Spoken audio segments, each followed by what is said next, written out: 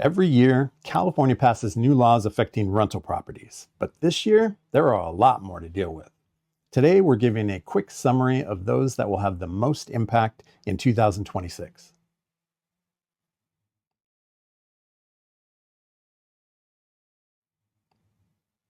Hi, I'm Brian Bean with Dream Big Property Management here in Riverside, California. This is the final piece in our 6-part series on new laws every Inland Empire property investor must know. In the past few weeks, we've broken down some significant changes affecting California rental properties. Today, we're doing a quick wrap-up to summarize the biggest changes. So, in no particular order, here are some of the new California laws aimed at rental properties. First up, AB 628. Stoves and refrigerators are now required. Starting January 1st, most rental properties must include a stove and refrigerator in good working order.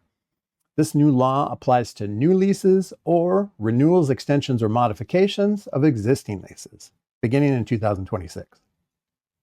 Tenants can opt to provide their own refrigerator as long as it's in writing, but they can also change their mind later and give you, the landlord, 30 days notice to provide one. The owner must check for appliance recalls and either replace or repair recalled units within 30 days. So here's what you should do today.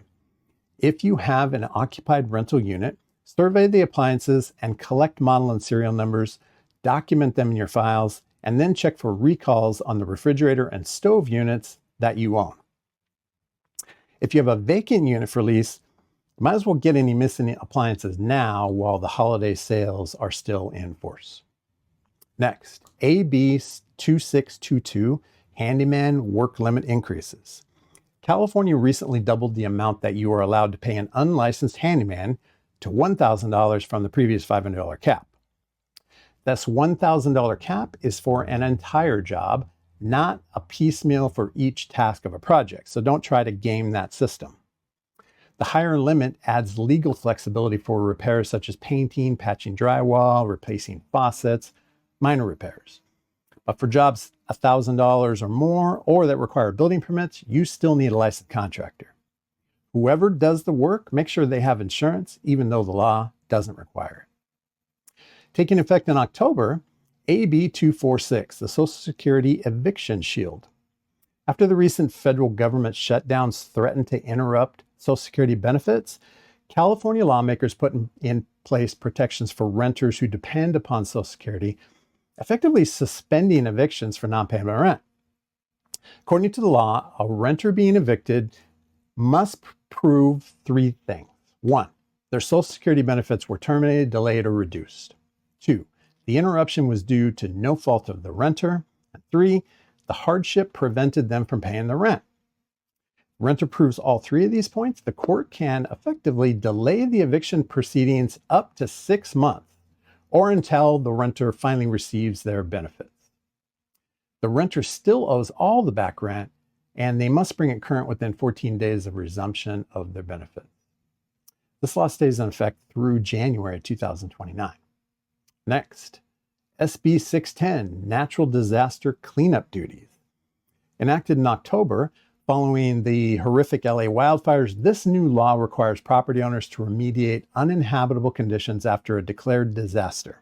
For example, cleaning up toxic burned materials and ash after a wildfire that destroyed homes. This new law requires that property owners promptly address disaster-related habitability issues. Renters can't be evicted for issues caused by the disaster. Rent's not required if the property is uninhabitable or during mandatory evacuation orders, and failure to remediate exposes the owner to liability and penalties. If you haven't already, review and update your insurance coverage to ensure you're protected. Also, put together an emergency response plan and share it with your family, your renters, and your insurance agent. So these are some of the most impactful laws recently enacted for California, but this is just a few of those. There are many others, and some are based on locations, Los Angeles especially. Check with your legal advisors for guidance on your situation. We are not attorneys.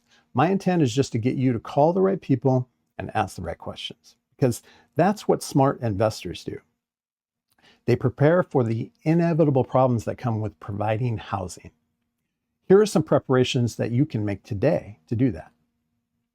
1. Review when your leases are up for renewal. Will you need appliances? Put aside some funds now so you'll be ready. And update your rental agreements to provide the refrigerator opt-out addendum where necessary. 2. Verify your handyman and contractor insurance. Are they covered? And do you have current certificates of insurance in your files? 3.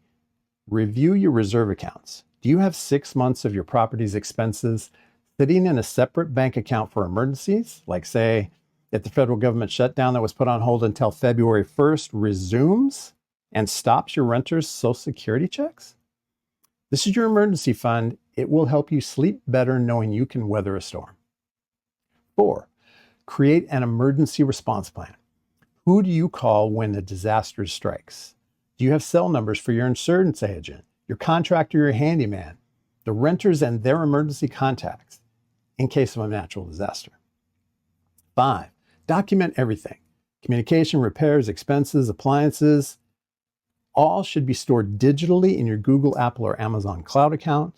And do annual video walkthroughs of your property inside and out to make sure that you have a current record of the condition and amenities of the home in case of a disaster. These are easy steps to protect yourself, your property, and your renters, but they are also easy not to do because they don't seem urgent. It's always better to be working on easy things than urgent things. Smart investors do the easy little things to prepare for the big urgent problems. Because when you provide housing for people, problems are unavoidable. How well you prepared will determine how big and how urgent those problems get. If you have questions about the new laws for California landlords, you can call me directly at 951-314-5402. I'm happy to share. We'll include links in the show notes for more detailed videos on each of these new laws. You can also find valuable information on our website, dreambigpm.com. And if you found this series useful, please do us a favor, like and subscribe so that we can help others just like you. Don't be accidental about your future. Be intentional. To your success.